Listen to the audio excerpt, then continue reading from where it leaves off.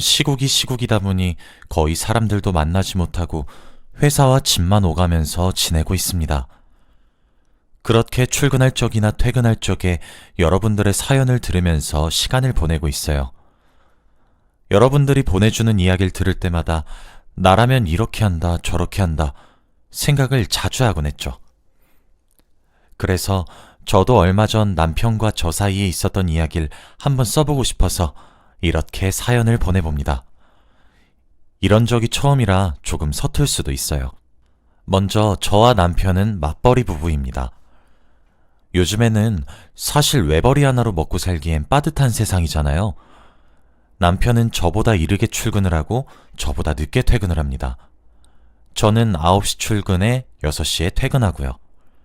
제가 하는 일은 야근을 하는 순간이 정말 1년에 손에 꼽을 정도이기 때문에 제 스케줄은 변동이 없다고 봐도 될 정도죠. 그리고 저와 남편 사이에는 딸아이가 하나 있습니다. 지금은 중학생이고 한창 예민한 시기죠. 제 이야기를 시작하려면 먼저 6년 정도 전으로 거슬러 올라가야 합니다. 저희 아버지가 6년 전에 몸이 너무 아프셨습니다. 그렇다고 해서 평소에 건강하셨냐고 물으신다면 그건 또 아닙니다. 원래 지병이 있거든요. 저희 집은 제 친가 쪽에 가족력이 있어요. 제 친할머니도 폐질환을 앓으셨고 아버지도 앓으시고 있고 제 남동생도 폐가 약한 편이거든요. 제 밑으로는 남동생이 하나 있는데 아직도 어렸던 시절을 문득 생각해보면 남동생이 아팠던 기억이 드문드문 나요. 남동생은 감기를 자주 걸렸었거든요. 그런데 감기의 증상이 심해질 때마다 폐렴으로 계속 발전할 정도로 너무 크게 앓아서 엄마랑 자주 입원을 했었던 기억이 날 정도죠. 어렸던 저도 엄마와 시간을 보내고 싶었는데 자꾸 동생이 엄마랑 병원에 가서 자고 오고 그러니까 삐지고 투정도 부리고 동생을 미워했던 기억도 있어요. 물론 커가면서 동생의 그런 부분을 이해했지만요. 그렇게 시간이 흘렀고 제가 먼저 결혼을 하고 뒤따라 제 남동생도 결혼을 하게 되었어요. 그런데 저희가 나이를 먹은 만큼 저희 부모님도 나이를 먹게 되잖아요. 당연히 엄마든 아빠든 몸이 고장나는 것도 어쩔 수 없는 노릇이고요. 아빠도 그렇게 점점 병을 앓으시게 되었어요. 원래는 참 건강하신 분이셨는데 65이 되던 해부터 점차 건강이 안 좋아지셨죠. 아무리 엄마가 노력을 한다고 했지만 저희 엄마 나이도 적지 않다 보니까 아버지가 요양원에 입원을 하셨어요. 다 늙어 빠져서 마누라 고생시키고 싶지 않다고 하시면서 자진해서 요양원을 알아보셨죠. 그때 남편에게 저희가 모시고 살면 안 되냐고 간곡하게 부탁을 해봤지만 남편은 처남을 두고 왜 우리가 모셔야 되냐고 따져들기 시작하더라고요. 그쵸. 제 남동생이 모실 수도 있죠. 그런데 저도 아빠의 자식이잖아요. 그리고 남동생네는 저희 집보다 벌이가 더 좋지 않아요. 둘 사이에 아이도 있는데 세 사람 먹고 사는 것도 빠듯한 형편이니 말 다 했죠. 그럼 사정이 조금 나은 저희가 모셔도 되는 일이잖아요. 남편은 아들이 그런 걸 해야 하는 것 아니냐며 따져드는데 그 모습이 서운하면서도 한편으로는 이해는 되더라고요. 불편할 것이 눈에 불 보듯 뻔했겠죠. 그래서 이해도 안 되고 납득도 안 되었지만 하려고 노력했습니다. 그렇게 저희 부부가 옥신각신하는 틈에 아버지는 혼자 요양원에 들어가셨고요. 저희 부부 눈치를 보게 해드린 것 같기도 하고 안 그래도 아프신데 마음 쓰게 한 것만 같아서 죄스러워서 참 원통하다 느껴질 만큼 슬펐네요. 그렇게 요양원에 계시다가 아버지는 갑자기 심장을 부여잡으며 쓰러지셨습니다. 바로 응급실로 실려가셨고 입원을 하시게 되었어요. 천만 다행으로요. 병원에서도 요양원에 계셨기에 응급처치를 할 수 있어서 다행이라 하셨고 만약 집에 혼자 있으셨다면 아찔한 상황이 올 수 있었다고 얘기하시더라고요. 심장에 문제가 생겼고 당장 수술을 해야 한다고 하셨죠. 그렇게 아버지는 늙은 나이에 10시간이 넘는 수술을 성공적으로 마치셨습니다. 제가 그 연락을 받았던 순간은 아버지는 이미 수술방에 들어가셨을 때였어요. 회사에서 일을 하다 그 연락을 받고 무슨 정신으로 병원에 찾아갔는지 기억이 하나도 안 납니다. 그냥 병원 수술실 앞에 도착했을 때 통곡하시는 엄마를 남동생이 달래고 있었던 것밖에 기억이 안 나요. 아버지는 수술을 마치고 병실에 입원을 하시게 되었는데 저희 가족들은 가슴을 쓸어내리는 것과 동시에 현실적인 문제들을 걱정해야만 했어요. 사실 저도 남동생도 형편이 그리 넉넉하게 살고 있는 편은 아닙니다. 제가 남동생보다 아주 조금 더 나을 뿐이죠. 그래서 어머니가 일을 하시면서 아버지 요양병원에 돈을 납부하고 있고 생활비를 책임지고 계세요. 그러니 어머니가 병원에 상주하시면서 간병을 할 수도 없고 저희 남매가 할 수도 없죠. 돈이 조금 들더라도 간병인을 구하라고 얘기를 끝냈는데 간병인도 뭐 그리 쉽게 구할 수 있나요? 번갯불에 콩 볶아 먹듯 순식간에 일어난 일이다 보니 간병인도 정말 구하기 힘들었죠. 그래서 당장 며칠간은 병원에 상주해야 할 사람이 필요했어요. 그런데 적합한 사람이 바로 저더라고요. 그리 긴 시간도 아닌 일주일 정도만 상주하면 되었는데 일주일 정도 휴가 내는 것은 저한테 그렇게 부담스럽지 않았거든요. 그리고 자식인 제가 해야 하는 일이라고 당연히 생각했고요.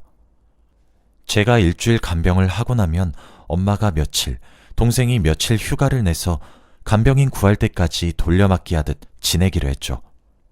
집에 돌아와 남편에게 자초지종을 설명했는데 제게 화를 덜컥 내더군요. 왜 자신과 상의 없이 통보하냐고 하면서요. 저요, 정말 서운했어요. 남편은 제 동생네 부부를 두고 며느리가 있으면 그런 건 며느리가 해야 되는 거 아니야? 처남은 뭐 하는데? 라고 하면서 제가 일주일씩이나 일을 빼고 간병하는 것 자체를 반대하더군요.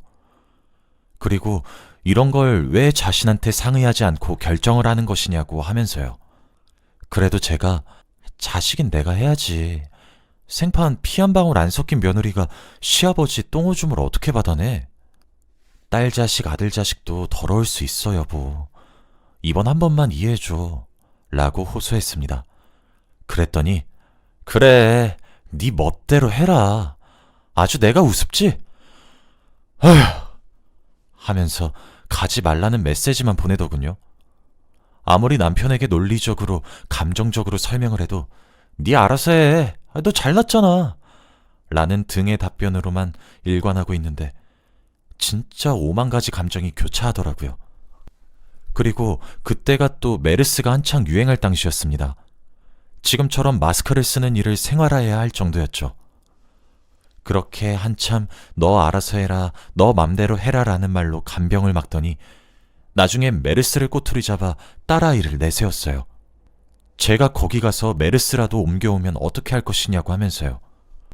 저도 아이 엄마인데 그것을 걱정하지 않았겠습니까? 당연히 제가 간병을 하게 되면 의료진을 제외하고 접촉을 최소화하려고 했고 돈이 조금 들더라도 아버지 병실을 1인실로 변경하기로 했었어요. 그렇게 옥신각신하기를 몇 시간을 했죠. 저는 또 제대로 화가 났어요. 아니, 다른 사람도 아니고 본인의 장인어른을 그렇게 취급하냐고요. 그래서 내일부터 병원 갈 거야! 라고 얘기하고 그냥 잠들었어요. 그런데 다음날 아침 엄마가 전화와서 그냥 회사로 출근하라고 하더라고요. 간병은 어떻게 하냐고 물으니 며느리가 조금 도와주기로 했다며 얼마나 고마운지 모른다며 막 그러더군요. 생판 남인 사람이 저희 아버지 간병을 선뜻 나서서 해준다고 하니까 너무 고마운 거예요. 그렇게 엄마와 전화를 끊고 올케에게 전화를 걸어 너무 고맙다며 눈물을 글썽거리면서 얘기를 했어요. 그랬더니 올케도 형님, 너무 걱정하지 말아요. 제가 열심히 할게요. 하며 저를 달래주더라고요. 내 동생이 여자 보는 눈이 있다고 생각하며 회사로 출근했습니다. 그렇게 일주일 정도 올케가 정말 고생했습니다. 간병은 참 쉽지 않은 일이거든요. 일주일 정도 지나고 엄마가 병원을 지키는 날이 되었는데 동생이 제게 전화를 걸었더라고요. 술에 취한 듯 혀가 꼬인 목소리로 대뜸 제게 그러더군요. 누난 자식 아니야? 나만 우리 아빠 자식이야? 라고요. 저는 무슨 소리 하냐고, 술 처먹었으면 곱게 들어가서 자라고, 아빠 병상에 누워 계시는데 잘하는 짓이라고 타박했어요. 그런데 동생이 하는 이야기가 정말 놀랍더군요. 사실 올케가 간병을 하게 된 이유가 있었더라고요. 제가 그렇게 소리를 빽 지르고 잠들었는데 그날 밤에 남편이 엄마한테 전화를 걸었답니다. 장모님께 이해해달라고요. 장모님도 자식을 낳으니 얼마나 소중한지 알고 계시지 않냐고요. 뉴스에도 하루하루 메르스 때문에 죽었니 살았니 뉴스가 나오는데 애엄마가 거기 가서 병 얻어오면 우리 딸아이는 어떻게 하냐고요. 간병하고 싶다는 아내의 의지를 꺾지 못했으니 장모님이 말려달라고요.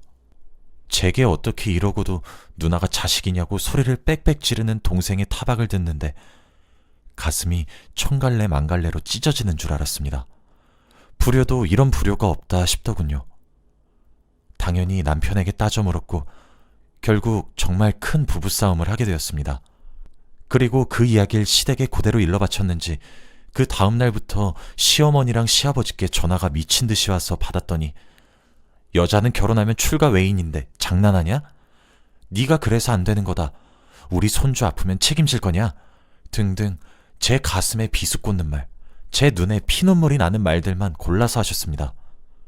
전 그 이후로 시댁과 남편에게 정남이가 떨어졌어요. 이혼하고 갈라설까 고민했지만 이혼이 어디 그리 쉽나요? 저희 사이에 아이가 없는 것도 아니고요. 다행히 저희 아버지는 돌아가시거나 하지 않으셨고 병마를 잘 이겨내 주셨어요. 몸이 많이 약해져서 옛날 슈퍼맨 같았던 아버진 더 이상 찾아볼 순 없지만 그래도 큰 수술 이겨내시고 안정적으로 회복하시는 것이 정말 감사하더라고요. 친정에서도 시댁 입장을 이해할 수 있으니 참고 살라고 저를 달래셨죠. 본인들 가슴에도 대못이 박혔을 텐데도 말이에요. 전 그 이후로 시댁의 발길을 끊었고 남편과도 대면대면하게 지내기 시작했습니다. 사람이 힘든 상황을 겪고 있을 때 받는 취급을 알게 되니까 정신이 차려지더군요. 아이를 위해 이혼을 감행하진 않았지만 그때부턴 뭐 부부라기보다는 동거인처럼 지냈던 것 같네요. 저도 가슴에 상처가 컸던 탓이었겠죠. 각자 부모는 각자가 챙기자고 했어요. 그제서야 보이는 게 결혼하고 아이가 초등학생이 될 동안 저는 친정집을 명절을 제외하곤 가보지도 못했더라고요. 그걸 그제서야 깨닫는 제가 얼마나 한심했는지 모릅니다. 그렇게 지금까지 6년을 살아왔어요.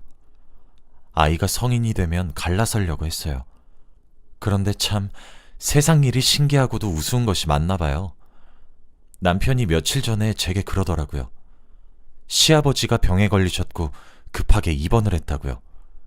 그래서 간병할 사람이 필요한데 며느리인 저보고 좀 나서서 도와달라고 합니다. 남편 자신도 본인이 참 염치 없는 부탁을 하는 것은 알고 있는지 우물쭈물 하면서 말을 하는데 헛웃음이 나오더라고요. 왜? 아니, 간병 좀 도와달라고. 그러니까 내가 왜? 당신 며느리잖아. 그럼 네 여동생은 뭐 하는데? 그런 건 자식이 해야 되는 거 아니야? 아니, 동생도 자기 가정이 있잖아. 걔도 돈 벌고 있는데 어떻게 그럼. 나는 그럼 돈 안 벌어? 말 같지도 않은 소리 하지 마. 당신은 우리 아버지 아프셨을 때 뭐 하긴 했어? 염치가 없어도 정도껏 없어야지. 고작 6년 전에 그딴 식으로 내 마음뿐만 아니라 우리 가족 모두의 가슴에 피멍을 만들어 놓고 뭐? 간병을 도와? 며느리가 해야 해? 기가 막혔어 진짜. 말 같지도 않은 소리 할 거면 닥치고 꺼져. 꼴도 보기 싫으니까. 남편도 할 말이 없는지 입을 꾹 다물더군요. 전 그 일 이후 남편과 마음이 떴고 각방을 쓰면서 생활하고 있거든요. 그 다음날 시어머니가 오랜만에 전화를 주셨더군요. 평소였으면 받지도 않았을 텐데 뭐라고 하는지 궁금해서 받았습니다. 맨날 나한테 야, 너 거기 네가 등등 거지 같은 호칭으로 부르더니 자신이 어떤 입장인지 이제 아시는 모양인지 말투도 세상 공손해지셨더라고요. 얘야, 좀 도와다오. 우리가 너한테 상처 준 것들도 다 미안하구나. 좀 도와줄 수 없겠니? 내가 나이가 너처럼 젊은 것도 아니잖니. 매정하게 굴지 말아다오, 얘야. 어머니, 저 정말 너무 웃겨요. 세상이 참 불공평하다고만 생각했었는데 얼마나 공평한지 모르겠네요. 어머닌 그저 말뿐인 사과 몇 마디 하면 제가 바보 천치처럼 예, 어머니 하면서 달려갈 거라고 생각해서 제게 전화를 거신 건가요? 정말 우습고 기가 막히고 제 남편도 어머님도 뻔뻔하다 못해 기가 질리네요. 제가 왜 도와야 해요?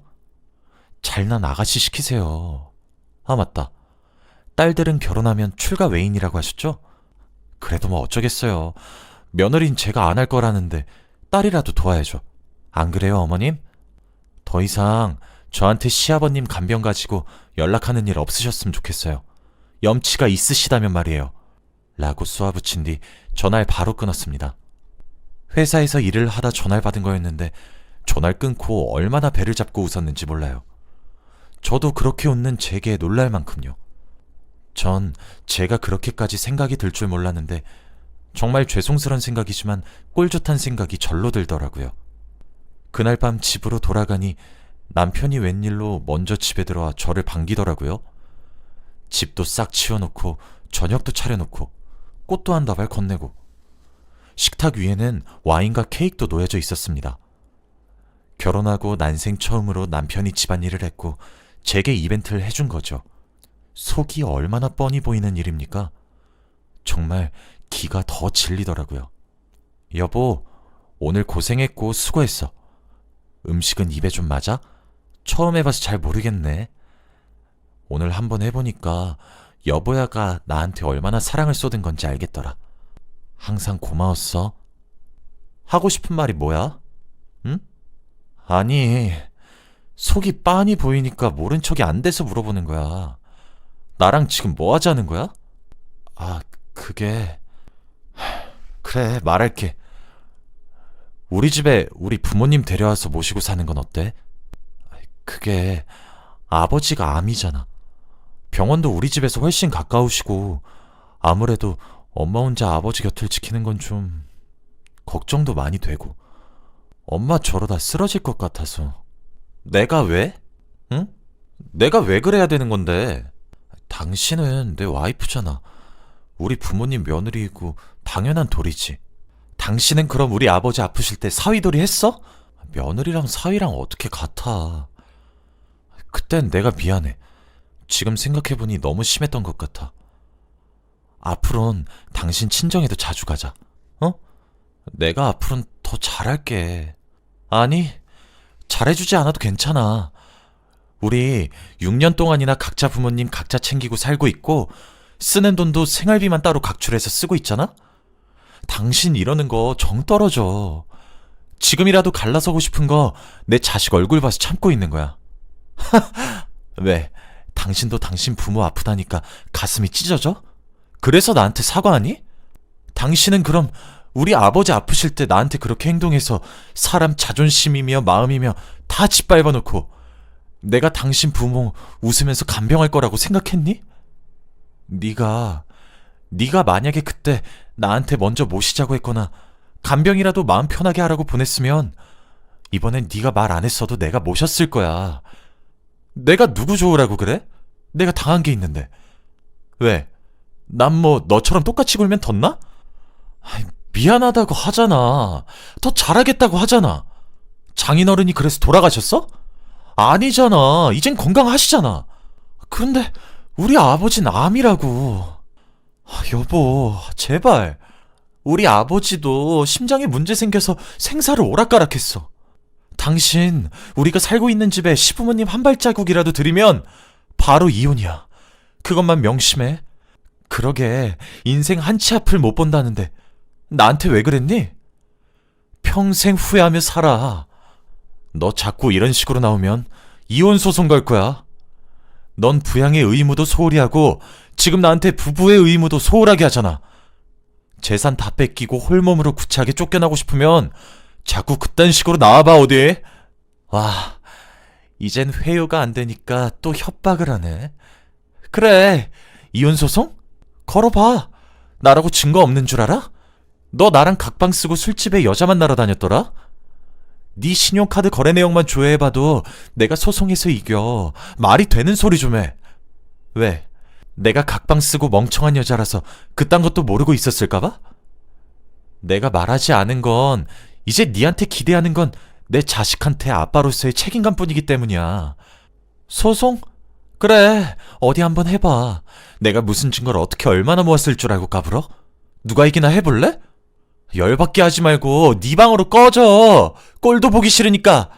그렇게 대화를 종료했고 그날 이후 지금까지 매일 꽃을 사오고 집안일을 하고 그러고 있습니다. 여러분들은 각방 쓴다고 술집에 여자 만나러도 들락거리고 친정알길 우습게 하는 남편을 왜 데리고 사나 싶으시죠? 그런데 저도 참 제 자식 얼굴이 눈에 밟혀서 이혼이 망설여지더군요. 이혼이 또 어디 그렇게 쉬운 일도 아니고요. 남편은 제게 무릎을 꿇으며 지난 날을 반성한다고 눈물 어린 사과를 하기도 했고, 해도 너무하는 것 아니냐고 피도 눈물도 없는 사람이냐고 윽박을 지르기도 했으며 자신이 노력하겠다고 행동을 고치기도 했습니다. 그런 남편의 일련의 모습을 보니까 전 오히려 정이 떨어져요. 할 수 있는 사람이었는데 노력을 안 했던 사실이 더 뼈저리게 와닿거든요. 그냥 아이고 뭐고 제가 키우고 이혼할까 생각도 드네요. 아이도 이제 어느 정도 커서 제 심정을 이야기하면 이해해주지 않을까 싶기도 하고요. 이런 생각을 하는 제 스스로가 조금 소름이 끼치긴 하지만 시아버지가 참 많이 아프시다가 빨리 돌아가셨으면 좋겠어요. 시어머니와 남편이 제 눈앞에서 절망하는 모습이 보고 싶네요. 사람 마음 피멍들게 해놓고 뻔뻔하게 나오는 그 모습들도 역겹고요. 전 앞으로 남편의 태도가 어떻게 변하는 것과 상관없이 딸아이가 다 크면 무조건 갈라설 예정이고요. 병간호? 당연히 안 할 겁니다. 여러분들이 보기에도 이런 제가 매정하고 너무한 처사인 건가요?